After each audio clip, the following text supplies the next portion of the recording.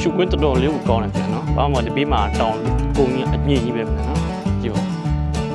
ဟိုမိုက်လည်းရှုခွင့်တော့နော်တော်လာတယ်နော်ဒီနေ့လာလေဦးရခင်ဗျာနော်အကြီးကဝင်အောင်ရခင်ဗျာနော်လာလေမယ်ဆိုလို့ရှိရင်ပေါ့နော်လက်ချလေးကလာဝင်လာမယ်ဆိုရင်ဝီးဟုတ်တယ်အမချန်နေမှာပေါ့နော်ခုဒါကျွန်တော်ရောက်နေတာဒီကျောင်းရဲ့တောင်ဘုံနဲ့တည်းဒီလိုနောက်မှာဆိုတာရှုခွင့်ချေမိုက်တယ်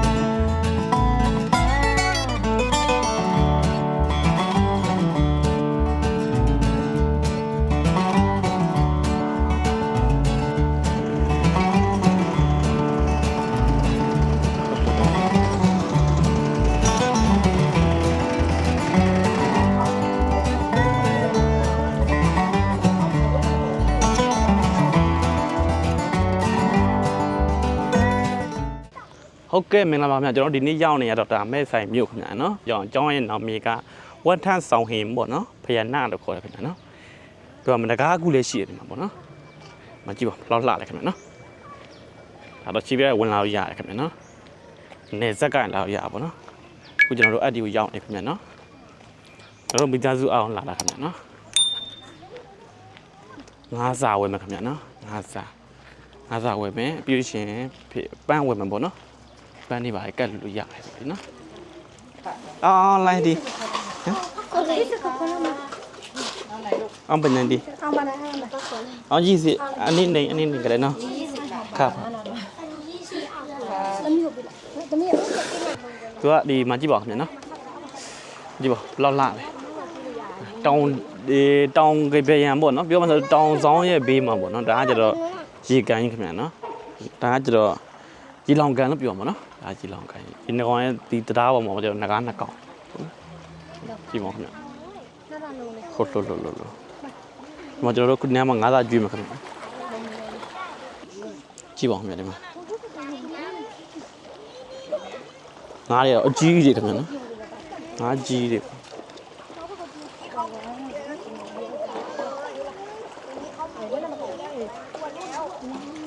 กินได้อ่ะกินได้ไม่ใช่กินได้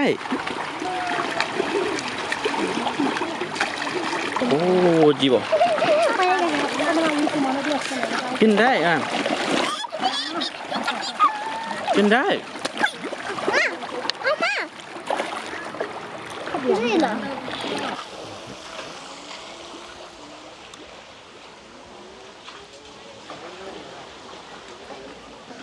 ตัวเท่าหนูเลยเนาะใช่ไหมใช่โอ้จีบอ่ะเฮฟวี่ดิมันไม่มีปลาตัวเล็กเหรอโอ้ดีมาลากันจีบนี่ลุมยาเลยกันมั้ยเนาะยงไปเยอะเลยဆိုတော့လေเนาะကိုကจะยงไปเยอะจ้องไปเยอะดิဖြစ်နေกันมั้ยเนาะปลาไม่มองกันนะที่นี่เป็นอะไรนะปลาอะไรนะปลาหลาม就ဒီထိုင်းရလေကျွန်တော်တို့ဒီမှာထိုင်းနိုင်ငံမှာလည်းသူကဗုဒ္ဓဘာသာကိုးကွယ်ဟာဆိုတော့လေသူကဒီဟောပေါ့ဝါဝင်နာရှိရခင်ဗျနော်ထိုင်းလည်းမျိုးဆိုသူကဒါဒီရက်ကိုဆိုဝါဝင်ရက်ဆိုလို့ရှိရင်ဝန်ခောက်ဖန်းစာပေါ့နော်ဒါဝါဝင်တဲ့နေ့ပေါ့နော်ဖန်းစာဆိုတာလေဝါတွင်းကလာအောင်ပြောမယ်နော်သူတို့လည်းဒီဟိုတေးရက်တွေမတောက်တဲ့လူတွေရှိရခင်နော်ဝါတွင်းရှောင်းတာပေါ့နော်အဲ့လိုမျိုးရှိရခင်ဗျဒီမှာလည်းလीနော်မြောက်ရှိအိုး no ရှိတယ်မြောက်တွေရှိတယ်လင်းได้ขึ้นบ้านได้ไม่มันมีดินเข้าฮะไก่ดินเนี่ยบาแบบคำเนี่ยเนาะพุ่มโยนจะมองคำเนี่ยโอ้ลิล่าอะไรเนี่ยเนาะ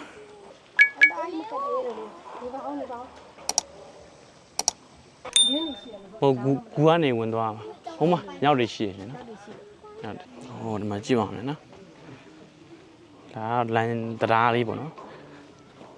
ဟောဒါထန်းနွဲပေါ့ထန်းနွဲဆိုတော့ဟိုလေးဂူသေးပေါ့ပြောမှာဟမ်ใช่ปลาသွေးใช่มั้ยมันแกล้งตายมันเป็นฉลาม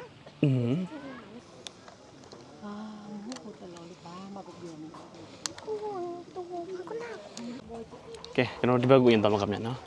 ဒီမှာလှေကားရှိပြီးတာခင်ဗျာနော်ဒီကံပေးတိုင်းပေါ့နော်ဒါရီလောင်ကန်ပေါ့ခင်ဗျာနော်ရှုခွင့်တော်တော်လေးကိုကောင်းတယ်ခင်ဗျာနော်ဘာမှဒီဘေးမှာတောင်ကုန်းကြီးအမြင့်ကြီးပဲခင်ဗျာနော်ကြည့်ပါဟ Oh, mammy, la, not a got doing it. Oh, my name is Shukum, no. La, no, the near La Leo Yak, but you will now yak, no, La Le Solution, no. That's legal and la when I may swing that. We hope that I may say, no.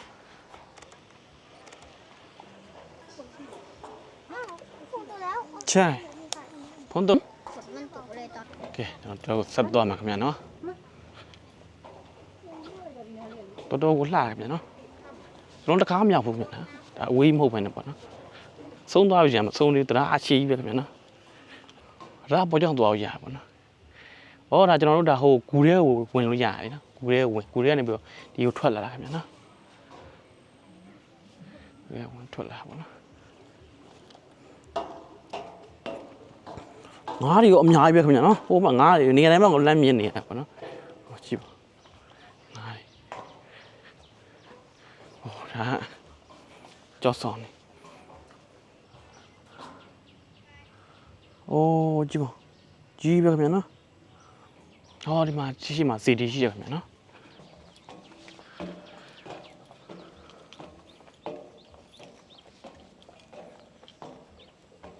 thiên nào mà thiên không nhỉ nó, mấy xem mà cái lúa này mới xì rồi đi, thì cái lúa bỏ nó, chịu, cái lúa lạ chứ nó, lúa.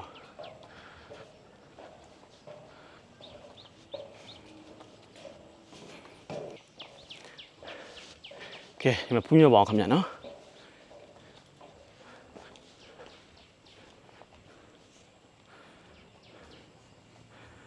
Thì phải là xin ra luôn giả thì vậy không nhỉ nó. Rồi lại không nhỉ nó. Mà thiên ông bỏ bây giờ mà luôn niệm mới xịt rồi. Tôi đã khám mà nhập phụ không nhỉ nó. Okay, đó ní cái gì. Chạy bịa mà nhỉ nó, không nhiều chạy bọt không nhỉ mà. Là gì đi bỏ nó. Thì mà đó phía xin rồi xịt nhỉ nó.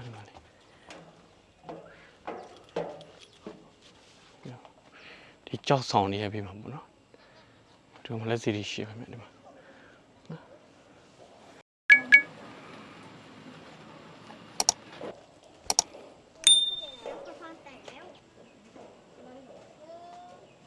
Thái cho nó là cu tê bộ nó,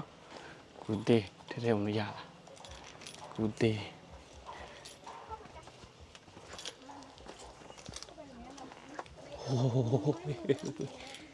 cho lên mà chọi, nó, cho lên mà chọi đấy, gì lên xì đấy, gì lên xì đấy, bộ nó, đem mi lên bảo một lùi cái này.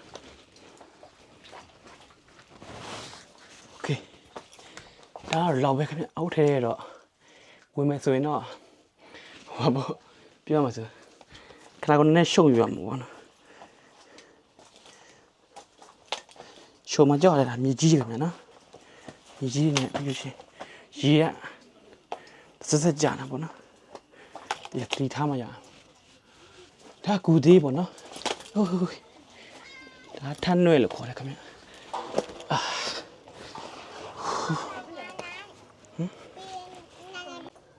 Chúng ta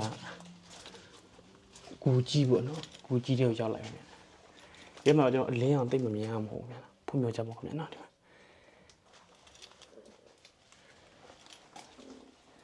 nè chi này nó thằng mẹ tao đi nè tao vào nó đi cái bây giờ đi mà nó xì đi phía bồng đi xì mi ở xì này nó quay chỉ bảo mẹ rồi phun nhiều cho bọc mẹ đi mà mẹ nó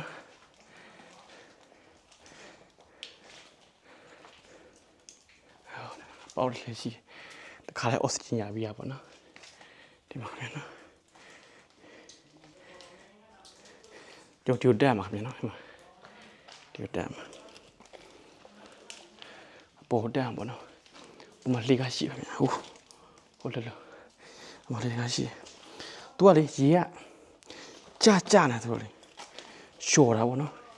đi mà mình chỉ nó anh mình chỉ này show đi mà phong gì cái mẹ nó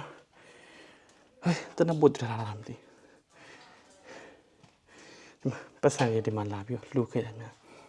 biết gì à bọn nó cái số ông mà lưu xí phong non rồi khu đông xa lưu nhà bọn nó လေကစစ်ကဒီပေါ်စံနဲ့ခင်ဗျာနော်ဟိုဒီမှာကြောက်ဆွဲတယ်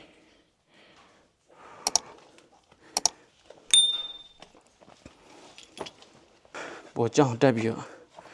ဖူးမြော်လည်းရတယ်ပေါ့နော်ဟိုလိုဟိုဒီတဲ့ဝင်တော့ကလေးတွေတဲ့လူကြီးအသက်ကြီးတဲ့လူပန်းနေဆိုလို့ချင်းတတိထားခင်ဗျာနော်ဟိုတတိထားမှမဝင်သင့်ဘူးပေါ့နော်အောက်ကနေပြီးတော့ပဲဖះဖူးပြန်ခင်ဗျာနော်ဘာလို့ဆိုဒီနေရာအရန်မြင့်နေပေါ့နော်အရန်မြင့်နေပြီကျွန်တော်မောင်လဲမောင်တယ်ခင်ဗျာနော်မောင်လဲမောင်ဘာမှမမြင်ဘူးတမီးတွေပဲမပါလို့လေဆိုးသွားပါဘောနော်မြင်လားမသိမမြင်တော့ဘောနော်မြင်တော့ရှင်းဒါအောက်ဒီမှာဒါအထွက်ပေါ်ခင်ဗျာနော်အဲ့ဒီကပြန်ထွက်မှာကဲပေါ်တော့ရောက်လိုက်ပါခင်ဗျာနော်ကဲကျွန်တော်တို့အောက်ကိုပြန်ဆင်းမယ်ဟိုအောက်ကိုဆင်းကြမှာတော့ခင်ဗျာနော်ဒီပေါ်မှာလေကတက်ရှိတယ်ဒါထွက်ပေါ်နော်ဒီထွက်ပေါ်ကထွက်သွားရမှာဟိုဟိုလိုဒီမှာလေးနော်စောကန်နေမြရတွေ့မှာလုံးနေတွေ့မှာအဲ့ဒါအနေအများတယ်ခင်ဗျာနော်ဒီချက်ကြီးဆက်ရေးဝင်မှဆိုရင်ပေါ့လေဟာကဲဒီပေါက်ကနေပြန်ထွက်မယ်လင်းအောင်ရလိုက်ပြီလင်းအောင်ဒီကပြန်ထွက်မှာပေါ့နော်ဒါအထွက်ပေါက်ခင်ဗျာနော်ထွက်ပေါက်ဒီမှာမြောက်တွေရှိရနော်အနေအများတယ်ခင်ဗျာမြောက်တွေဒီမှာပါခင်ဗျာဟာအမြင်မဲ့ခင်ဗျာနော်ကျွန်တော်ထွက်လာပြီမကြည့်ပါဟိုလိုဟိုဟာလာခင်ဗျာနော်ထိုင်းလို့ဆိုလို့ချင်းလှတယ်ကိုဆွေးလို့ခေါ်တယ်ခင်ဗျာနော်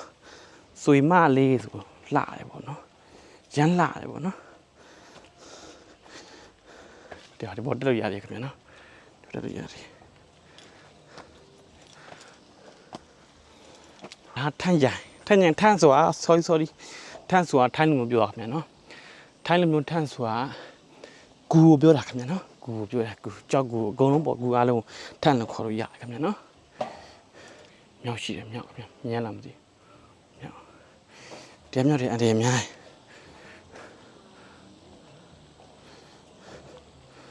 ဟိုးကြည့်ပါဦးညာဆွေခဏနိုင်လားဟိုးဆွေမမလေးကြည့်ရမ်းလာတယ်ခင်ဗျာကဲအခုဒါကျွန်တော်ရောက်နေတဲ့နေရာတော့ဒီကျောင်းရဲ့တောင်ကုန်းအမြင့်ဆုံးတနေရာပေါ့နော်ဒီကျွန်တော်နောက်မှာဆိုဒါရှူကွင်းချယ်မိုက်တယ်ခင်ဗျာနော်တောင်ကုန်းပေါ့နော်ဒါကျွန်တော်အောက်ကကျွန်တော်ဘေးရဲ့ကျွန်တော်သူ့အဖွာပေါ့နော်အောက်ကဒီရေကန်ကိုဖျက်လာတဲ့နေရာခင်ဗျာနော်ဒီနေရာကျွန်တော်မဲဆိုင်လို့ခေါ်ရခင်ဗျာနော်မဲဆိုင်ဆိုတော့ကျွန်တော်ဒါအမ်ဖိုမဲဆိုင်ပေါ့နော်အမ်ဖိုဆိုတာကျွန်တော်မြို့နယ်ကိုခေါ်ရခင်ဗျာနော်ဒါကကျွန်တော်ပြောမဲဆိုင်မြို့နယ်ပေါ့နော်မဲဆိုင်မြို့နယ်ဒါရှင်းလိုင်းတိုင်းပေါ့နော်ရှင်းလိုင်းခရိုင်တွေကပါအတိုင်းမဟုတ်ခင်ဗျာနော်ရှင်းလိုင်းခရိုင်တွေကပါတဲ့ဒါမြို့ငယ်တွေပေါ့နော်မြို့နယ်ရဲ့နေဆက်မြို့ခင်ဗျာနော်နေဆက်မြို့ဒီကနေ့ကျွန်တော်တို့ခဏဘယ်လောက်မှမကြောက်ဆိုတော့တချို့တော့ညီမနိုင်ငံသားခြေလေးကိုရောက်ပြီခင်ဗျာနော်နေဆက်မြို့တကယ်လို့လာလဲမယ်ဆိုလို့ရှိရင်လေနေအောင်လာတော့ရတယ်ခင်ဗျာနော် ECC နဲ့ပေါ့နော်စိတ်ငြိမ်ကိုငြိမ်နဲ့လာမယ်ဆိုရင်တဘာဝတော်လည်းထိတွေ့ခွင့်ရမယ်ပေါ့နော်ပြုချင်းစိတ်ငြိမ်ကိုငြိမ်နဲ့ပေါ့နော်ဒါပြောငါးစာကျွေးတာပဲဖြစ်ဖြစ်ပေါ့နော်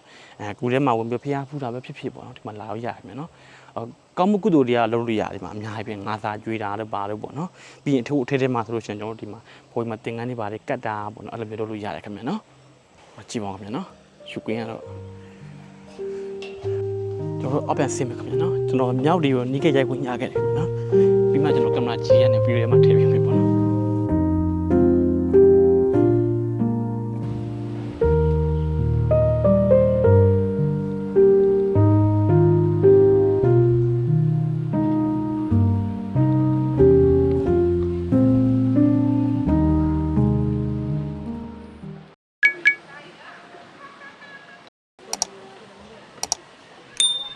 ကျွန်တော်ခုတော့အောက်ဆင်းမယ်နော်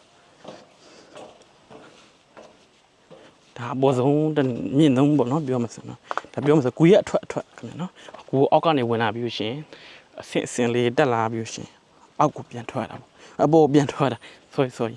အပေါ်ပြန်ထွက်လာတာခင်ဗျာနော်အခုကျွန်တော်ထွက်လာပြီပေါ့နော်အောက်ကိုပြန်ဆင်းလာပြီဟိုဒီမှာကြည့်ပါဒီမှာမြောက်ကြည့်ပါဒီမှာနော်ကျွန်တော်တက်ဖို့တော့ရအောင်ရိုက်မယ်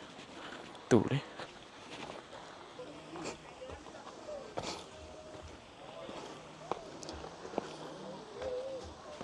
ဘူဟာဒီခင်ဗျာနော်ဟိုးမောင်မြ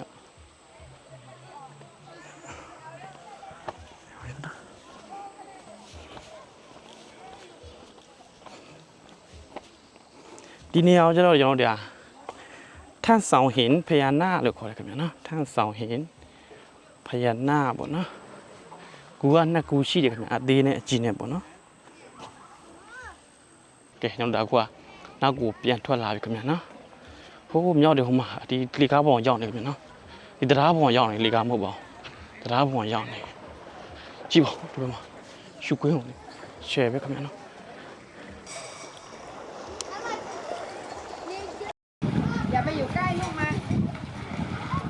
ကြည့်ပါမယ်ဒါကကျွန်တော်တို့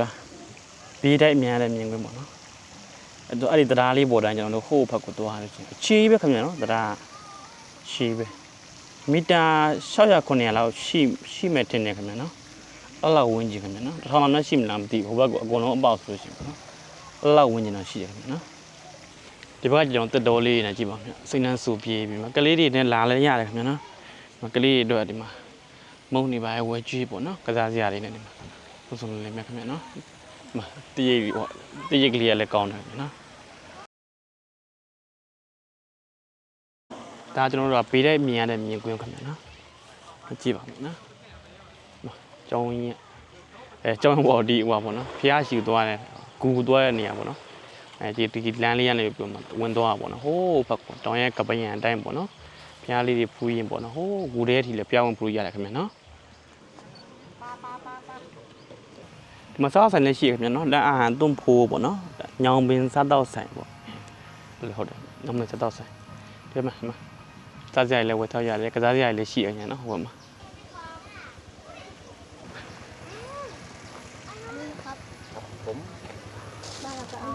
อ้าวลูกอ่ะมาลูกสาวเนี่ย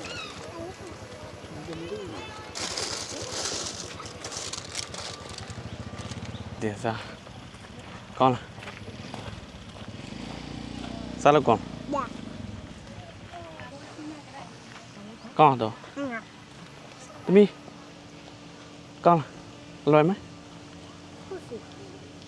อร่อยค่ะอะไรค่ะဒါတော့ကလေးတွေဆော့လို့ကစားလို့ရတယ်ကလေးတွေတော့တက်စီတာခင်ဗျာနော်တကယ်တော့ကလေးတွေလောက်တာမဟုတ်တော့အလှလောက်တာပေါ့နော်ဒါပေမဲ့ကလေးတွေတက်စီတာလေကလေးလည်းရှိထဲမှာကျတော့ဒီဝတ်သားကင်နဲ့ပြီးရှင်ဒီကောက်ညင်းပေါ့နော်ခောက်နေမူပင်းဆိုတာတွဲပတ်ပဲခင်ဗျာနော်ဒါဖားကြပါဦးခင်ဗျာဒီမှာ เป็นของฉัน စားပြီးရင်သွားမယ်ခင်ဗျာနော် ต้องแบบ တော့ရုပ်ကလား ยุคแบบเวลาตรงนี้ ရုပ်ကလားတော့ထားဝေးတော့ထောက်လိုက်နော် โยเกิร์ต15 บาท 15 บาทเหรอเอาก็30ไงทำล่ะนี่เค็นหน่อยนะဒါကောင်းကြီးခင်ဗျာနော်ကောင်းကြီးကတော့တစ်ထုပ်ကိုသူက10 ဘတ်ပေါ့နော်ကောင်းကြီးကျသူကစားတဲ့နေရာရှိတယ်ဒီမှာလက်ကလေးမှာပေါ့နော်စီလေးဆိုတဲ့စီလေးတကူစားတဲ့ဝတ်သားกินလို့ဖြစ်ပေါ့နော်ချပါအဖြစ်စီလေးစုပ်ပြီးမှကနော်အကောင်းကြီးစားနော်โยเกิร์ตว่าที่ตัดแต่มัน မူပင်းဆိုတာပြောမှထိုင်းရဲ့ယူရသွားတာပြောလို့ရအောင်နော်အာမူပင်းနော်ဒီမူပင်းကတော့သုံးရက်သားပေါ့နော်သုံးရက်သားမှာသူကတစ်ခုမှ9 ဘတ်ပဲခင်ဗျာနော်ခု9 ဘတ်ပေါ့နော်ကောင်းကြီးတော့10 ဘတ်ပေါ့နော်တော့ပဲကျွန်တော်ထိုင်းကရောက်လာတာဆိုတော့အန်တက်တယ်ဒါပေမဲ့စားအောင်อ้าวนี่กดไปถึงเพิ่มไม่รู้หรอนี่กดแล้ว我妹妹练吧，我没咋在哪里把练完。ตับ叫嘛啥的？啊，啥，你妈的快些点，啥。တကယ်အစားပြေးတယ်နော်ကောင်းကြီးနဲ့တော့ဝတ်သားဒီဝတ်သားกินနေပေါ့နော်ဒီလိုစားဒီမိုးရောင်းနေပါထက်စားလိုက်ပိုးပြက်ကောင်းလိုက်တယ်နော်来慢点。ပြက်သေးတဲ့အကြီးမဟုတ်ဘူးနော်ဒီကလည်း9 ဘတ်10 ဘတ်အဲ့ဒါဝင်ကျင်ပြီပေါ့နော်ဥမာမူပင်းကနှစ်ချောင်းစားလိုက်ပြီပေါ့နော်စပဒန်ဆိုပေါ့20ပေါ့နော်ကောင်းကြီးက10 ဘတ်ပို့ဆိုရင်ဘတ်ပြည့်ပြီး30 ဘတ်ပဲနော်ဒါကြတော့ဝတ်သားกินကြတော့မူပင်းလို့ခေါ်တယ်နော်กินတာပေါ့နော်กินတာပင်းလို့ခေါ်တယ်နော်မူဆိုတာဝတ်ပေါ့နော်ဝတ်သားဝတ်ပေါ့နော်ပင်းဆိုတာကျွန်တော်တို့ကกินတာပြောခမယ်နော်တိနိုရန်တော့မတူးမယ်နော်ပြညာနဲ့ရန်နဲ့မတူးกินတာတော့กินတာအတူတူပဲခင်ဗျာနော်သူကကျတော့ရန်တော့ရန်ဆိုရင်6နည်းနည်းလေး6ပဲ6တယ်ပေါ့နော်အဲ့ဒါကျတော့ရန်တော့ခေါ်တယ်ပေါ့နော်ပင်းဆိုရင်နည်းနည်းစီလေးပါလေးတုတ်တာပေါ့နော်စီပလာဆပ်လာလေးတုတ်ပြီးမှလောက်တာသူတို့ကျွန်တော်တို့ပင်းလို့ခေါ်တယ်နော်ကောင်းညင်းဝင်ကြကျွန်တော်တို့ဘယ်လိုခေါ်လဲဆိုတော့ခ ခေါက်နေဦးပေါ့နော်နေဦးဆိုတာဒီကတ်တာတို့ဖြစ်တာပြောပေါ့နော်အဲ့ဒါမျိုးကွာမယ်နော်ဒါခေါက်ဆိုတာသမင်းပေါ့နော်နေဦးဆိုတာဒါစီကဖြစ်တယ်ပေါ့အဲ့လိုမျိုးပေါ့နော်အဲ့တော့သူ့တခါလဲခေါ်လိုက်တာပေါ့နော်ဆန်သီးလို့ပြောလို့ရအောင်နော်အဲ့လိုမျိုးဆိုတော့ခေါက်နေဦးလို့ခေါ်လိုက်တာနော်ခေါက်နေဦးဆိုတာကောင်းနေပေါ့နော်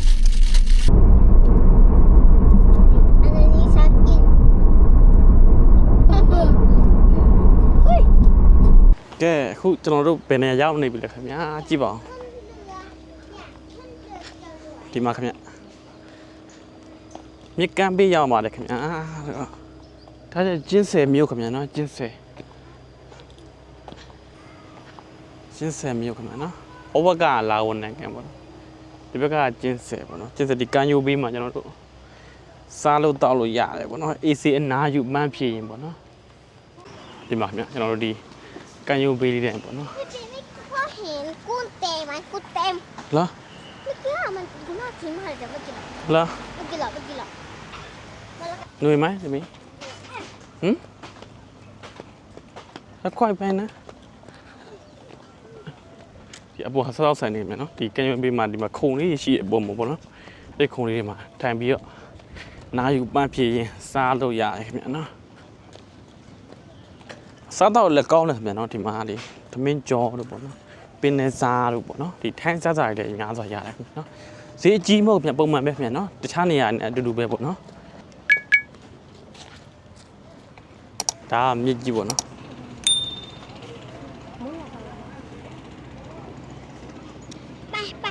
ไปไหน กลับบ้าน စားတော့စားမှာဆိုလိုလေးပေါ့နော်ဒီမှာမြစ်ကြီးကိုကြည်ဟေးကြီးပြီပေါ့နော်ဒီမှာစားလို့ရတယ်ခင်ဗျာနော်ဟိုကပဇွန်လေးလေတူတူလေးလေအပဇွန်လေးလေဟိုကနေမှာစိမ့်စားပါဘောခေါ်ရူးနိုင်ခေါ်ရူး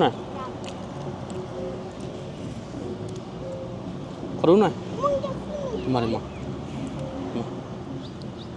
စားကြည့်တယ်ကောင်းအိုး มดโผล่มาหมดเลยเดี๋ยวมากกว่า มาเนาะอากงอร่อยมาก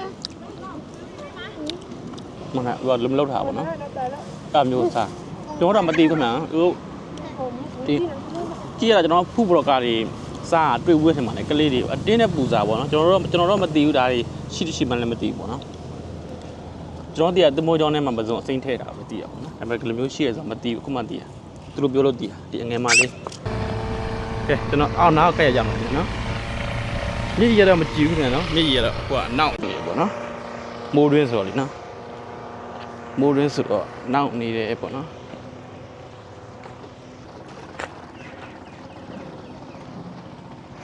โอ้ခေါင်းမူးတယ်ပေါ့နော်ခေါင်းမူးတယ်ဟုတ်တယ်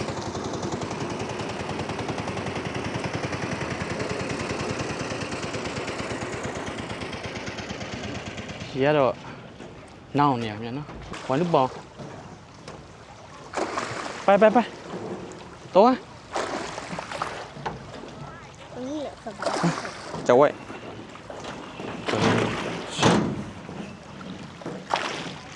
ไม่กลัวเหรอ กุ้งเส้นเล็กๆแค่นั้นไอ้ดากลัวอะไรวะ ใช่นะဒါကကျွန်တော်တို့ဒါရှင်းဆယ်ပေါ့နော်ရှင်းဆယ်ရဲ့မြေစိတ်ကံပေးခင်ဗျာနော်ရှယ်ပဲဒီမှာအေးအေးလာပြီးမိုးချုပ်ပန်းနေပါအနာယူပိုးကောင်းလာမယ်နော်စင်တင်းဝင်ဆိုရင်လည်းရှုပ်တယ်စင်တင်းဝင်ဆိုရှင်အေးအေးနေတော့မရဘာလို့လဲဆိုတော့ဒီနေရာမှာညဈေးရှိတယ်ခင်ဗျာနော်ညဈေးရှိတော့ဒါပေမဲ့အခုလိုမျိုးကျွန်တဲ့အချိန်တွေကတော့ကျွန်တော်ရက်တွေကတော့အေးအေးပဲပေါ့နော်ဒီမှာလည်းစားဆိုင်လေးလည်းရှိရရနော်ဒီမြေကန်ယုံပေးလေးမှာပဲနော်မြေစိတ်ကံပေးလေးမှာပေါ့နော်စားရင်တောက်ရင်ပေါ့နော်ရာတီဥရုကောင်းရင်ပို့ပြီးအဆင်ပြေရပါတော့ဒီကောင်းလေးတန်လေးခံရင်းနေပေါ့ကဲဒီနေ့ကျွန်တော်တို့ပြန်တော့မယ်ခင်ဗျာနော်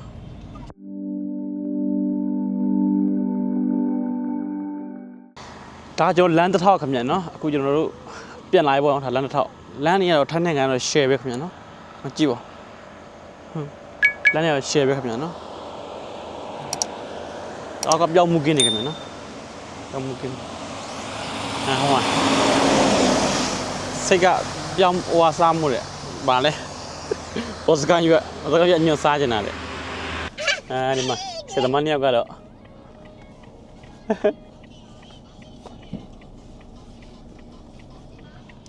ဒီထဲကလမ်းတွေတအားကောင်းတယ်မြန်နော်လမ်းတွေပေါ့နော်လမ်းကပြုရှင်တော့နိုင်တော့ကတ်တရာလေးကြည့်ဆိုလို့မောင်းလို့ကောင်းတာပေါ့နော်မောင်းလို့ကောင်းတော့ပို့ပြီးတော့အနေများပေါ့နော်တအားထိတ်မောင်းတယ်ခင်ဗျာနော်ထိတ်မောင်းတယ်ဆိုတာသူများအနေလည်းကြည့်ရတယ်ကိုယ်အနေလည်းကြည့်ရတာပေါ့နော်ကိုလည်းအချိန်လုံးမှကြောက်ရတယ်ကျွန်တော်တို့ကတားမောင်းမှာပုံမှန်လေးတွေပဲခင်ဗျာနော်ဒီမှာဟိုမှာရှိမှတော့သူကဟောလုံနေဘောစကန်ရွက်ညွတ်ကူတယ်ဘောစကန်ညွတ်ခင်ဗျာနော်အညာငပိညတူဆောင်နေတယ်